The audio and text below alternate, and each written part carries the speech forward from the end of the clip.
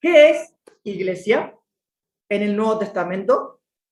Hoy en día, por la cultura, la sociedad, la historia, hemos definido a iglesia de una manera en la que al principio, cuando comenzó el movimiento cristiano, no era de esa manera definido. Entonces vamos a ir a la fuente, vamos a ir al griego. ¿Les parece? Muy bien. Concepto griego de eclesia. Una asamblea, el nombre de griego, la referencia Strong es G1577. Les recomiendo a los que están viendo por primera vez, hay un diccionario bíblico del griego y hebreo que nos sirve como una herramienta para profundizar un poco más de la palabra en el original. ¿Ya? Entonces estamos usando esta herramienta para poder definir esta palabra sacada del original. Obviamente no hay manuscrito originales así físicos no tenemos. Sin embargo, tenemos personas que han estudiado, han investigado con la ayuda del Espíritu Santo, con la ayuda de Dios, y han hecho ese tipo de herramientas que nos sirven hoy, gracias a Dios, a través de estas herramientas para profundizar en el estudio de la Biblia. La palabra es eclesía. Significa una asamblea del pueblo convocada en un lugar público, no encerrados en un edificio, de un consejo que al propósito se sientan a deliberar, dialogar libremente. Cualquier reunión o multitud de hombres reunidos por casualidad tumultuosamente, o sea, de mucha cantidad. Aquellos que en cualquier lugar, en una ciudad, pueblo, constituyen tal compañía y están unidos en un solo cuerpo. Y todo el cuerpo de Cristo o de cristianos esparcidos por toda la tierra. La pregunta que hago, en algún momento dice ahí la definición que hace referencia a un edificio o a un lugar encerrado de cuatro paredes. No, no, ¿verdad? No dice de edificio, casa o demás, ¿cierto? Bien. Aquí voy a compartir algo más. La iglesia es la reunión de personas. Presten atención. En una casa, en una plaza, en un parque, la playa, en una reunión virtual, en un bosque, etc. Ellos son los que han aceptado a Jesucristo como su Salvador y están motivados de compartir el Evangelio a todos los que aún están perdidos. O que estaban perdidos, ¿no? Y los que conocen la buena noticia ya no lo están porque llegan a Jesucristo. Su mensaje es el de la reconciliación y los une el amor, el respeto y el cariño. Su propósito es llevar a los perdidos al conocimiento verdadero del carácter de Dios para que disfruten de la salvación en Cristo. Muchos pueden decir, no, tú estás diciendo de que el mensaje de la reconciliación es que nadie se va a perder. Pregunta, ¿qué dice Juan 3:16? Si nosotros leemos Juan 3:16 en el lenguaje original, dice así, porque de tal manera amó Dios al mundo o a toda la creación, que ha regalado o ha entregado o ha dado en regalo, gracias, a Jesucristo, para que todos, creyendo en Él, no permanezcan perdidos, sino hallen o tengan vida eterna. La palabra perdido es apolumi y también significa destruido. O sea que las personas que viven en este mundo, que caminan en este mundo, que van a comprar, van a trabajar y que no conocen al Señor Jesús, o que no han tenido una experiencia con el Señor Jesús, están perdidos porque están lejos del pastor. Sin embargo, a veces podemos llegar a darnos cuenta que las apariencias engañan, porque quizá aparentemente puede estar perdido, pero te está demostrando el carácter de Dios. Pero realmente parece que los que están perdidos no son los pecadores, sino que son los religiosos. En la época de Cristo, los que estaban perdidos, los que eran la cabra, los que eran el cabrito, los que eran la oveja negra, no eran los pecadores. Para los religiosos sí eran los pecadores, pero para Jesucristo no. Eran los religiosos los que estaban perdidos. Por eso dice que el médico ha venido para los que están enfermos. y en el cielo se alegra, también dijo el Señor Jesús, por un pecador arrepentido que 99 justos que no necesitan arrepentimiento. En otras palabras, 99 que se creen justos. Pero realmente dice la palabra de Dios en Romanos 3 que no hay justo ni siquiera uno. Solamente Dios, Jesucristo, son los que son justos. Muy bien, vamos avanzando. Entonces espero que haya quedado claro y después va a venir la sesión de preguntas más adelante, obviamente, ¿no? ¿Qué era congregarse? Acá vamos a venir a derribar un poquito un versículo que muchas veces se ha utilizado, obviamente fuera de contexto y también fuera de contexto cultural e histórico, que es no dejando de congregarnos, como algunos tienen por costumbre. Porque muchos nos deben decir, o nos han dicho, porque no vamos a nuestra denominación que íbamos antes, frecuentábamos, no dejen de congregarse, no dejen de venir al culto, no dejen de venir eso, porque están perdidos, están mal. Vamos a ver qué realmente significa congregarse. ¿Qué era congregarse para Pablo o el autor de Hebreos? Muchos creen que Pablo no fue el autor de Hebreos. A mi criterio creo que sí, pero vamos a dejarlo de que puede haber sido otro el autor. Si usted cree, hermano que me mira, hermana o amigo amiga, que cree que otro fue el autor, bien, no hay ningún problema. Pero vamos a ver lo que dice el autor de Hebreos, sea Pablo, sea el que sea. Y los creyentes de la comunidad judeo-cristiana del siglo I. ¿Por qué digo judeo-cristiana? Porque ellos salieron del judaísmo, por eso. Dejaron de observar los ritos, las ceremonias, la religión judía, y se convirtieron en seguidores de Jesucristo. Por eso judeo-cristiano. No porque en realidad ellos dejaron de observar muchas cosas que se observaban en el antiguo pueblo de Israel.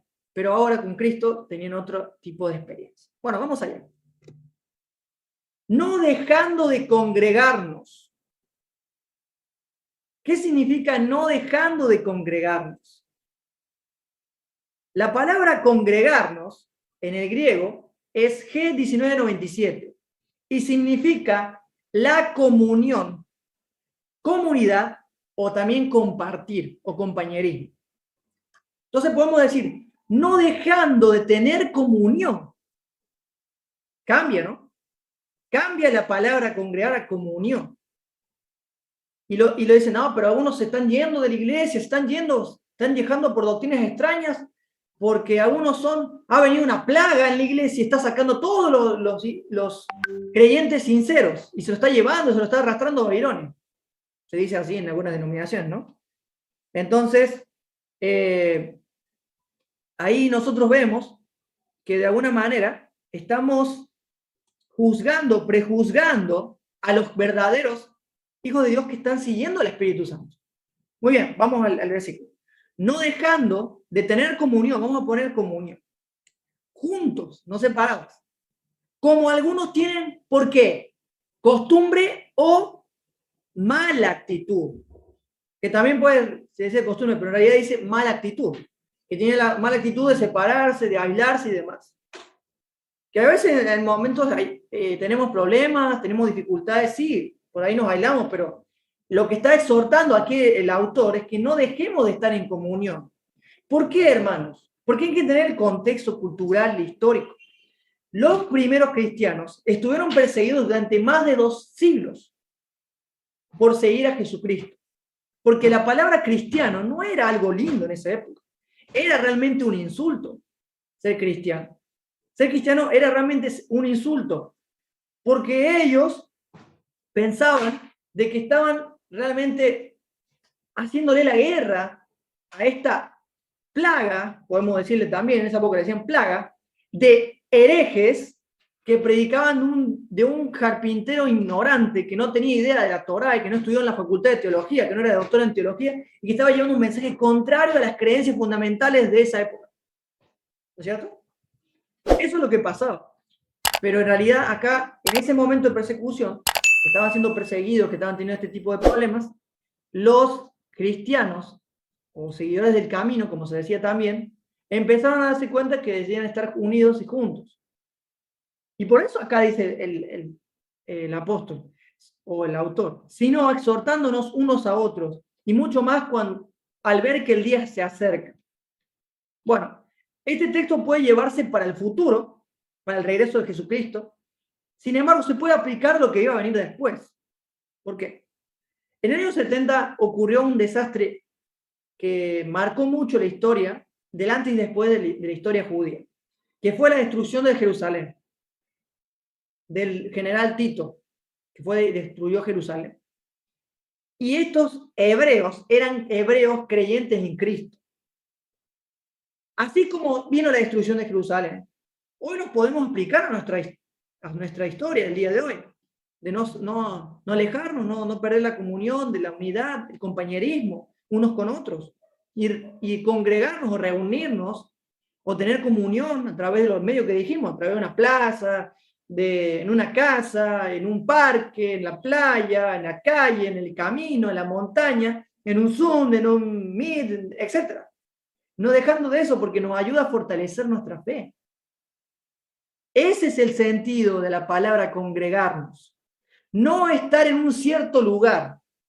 Pero vamos a ver por qué decimos que no estar en un cierto lugar. Muy bien. ¿Qué es la comunión unos con otros? Y reunirse en el templo. Voy a pedirle a mi querida amiga y hermana Florencia si puede leer el texto aquí en pantalla, que es Hechos 2:42 al 47. Y la pregunta es, ¿qué hacía la iglesia en sus reuniones? Hermana, ¿puede leerlo? Sí, Muy bien. se dedicaban continuamente a las enseñanzas de los apóstoles, a la comunión, compañerismo, al partimiento del pan y la oración. Sobrevino Sí, siga. Sí. temor, entre paréntesis, asombro, Sí, a toda persona, y muchos prodigios y señales eran hechas por los apóstoles. Todos los que habían creído estaban juntos y tenían todas las cosas en común. Vendían todas sus propiedades y sus bienes y los compartían con todos, según la necesidad de cada uno. Día tras día continuaban unánimes en el templo y partiendo el pan en los hogares, comían junto con alegría y sencillez de corazón, alabando a Dios y hallando favor con todo el pueblo. Y el Señor añadía cada día al número de ellos los que iban siendo salvos. Amén. Gloria a Dios.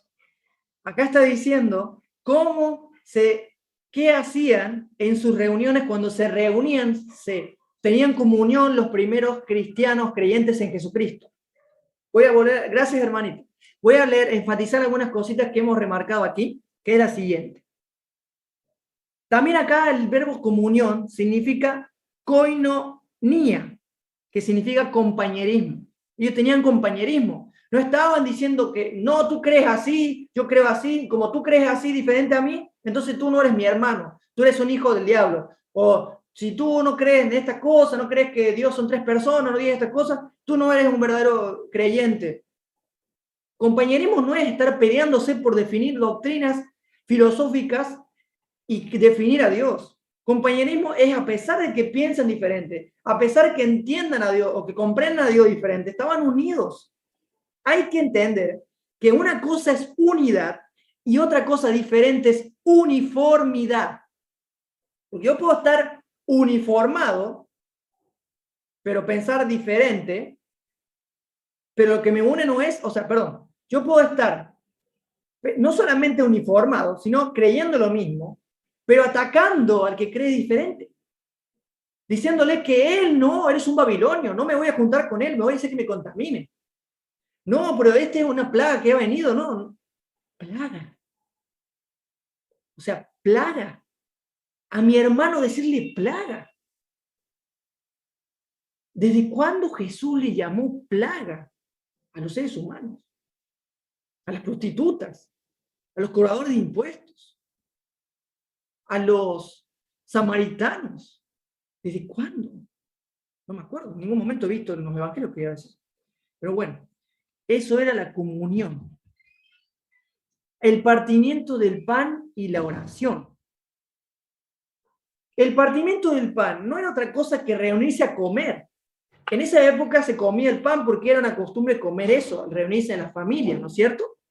Pero lo que sucedió es que a lo largo del tiempo fue avanzando las cosas y comenzó, de alguna manera, a la comida a modificarse, ¿no? Hoy en día no comemos solamente pan, sino que comemos comida, vegetales, carne y demás.